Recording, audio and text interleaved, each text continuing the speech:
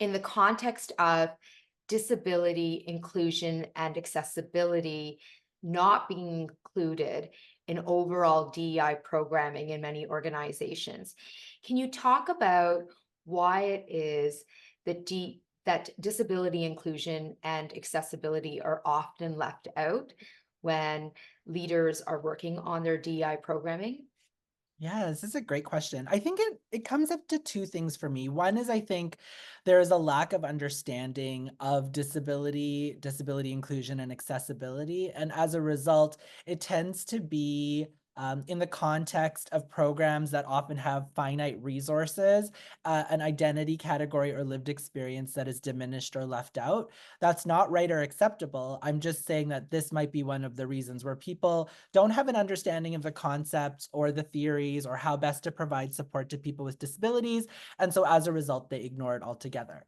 The other thing I will say is that in the context of finite resources, DEI teams are addressing the impact of pervasive societal forms of exclusion or othering across all dimensions of diversity. So, race, ethnicity, gender, LGBTQI communities, Indigenous communities. And so the issue then becomes when we're focusing on all of these areas, how do we make sure that we provide robust programming across all? We're talking about this later in terms of intersectionality, but remember that people with disabilities, we exist across all communities. So failing to address the experiences of people with disabilities is actually diminishing the impact of your DEI programming.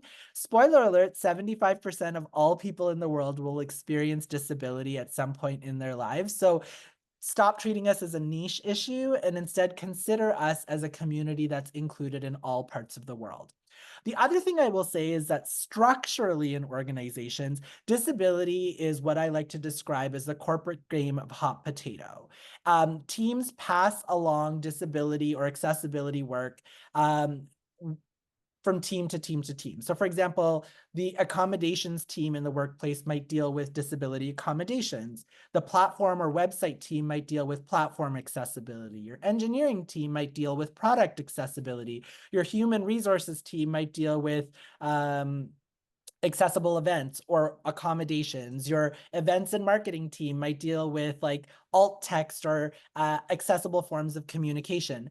The result is that there's no cohesive approach to disability and accessibility. And so I always think that with that lack of cohesive approach, you have people working on discrete or insular parts of the process. And as a result, there's no overarching or robust progress made.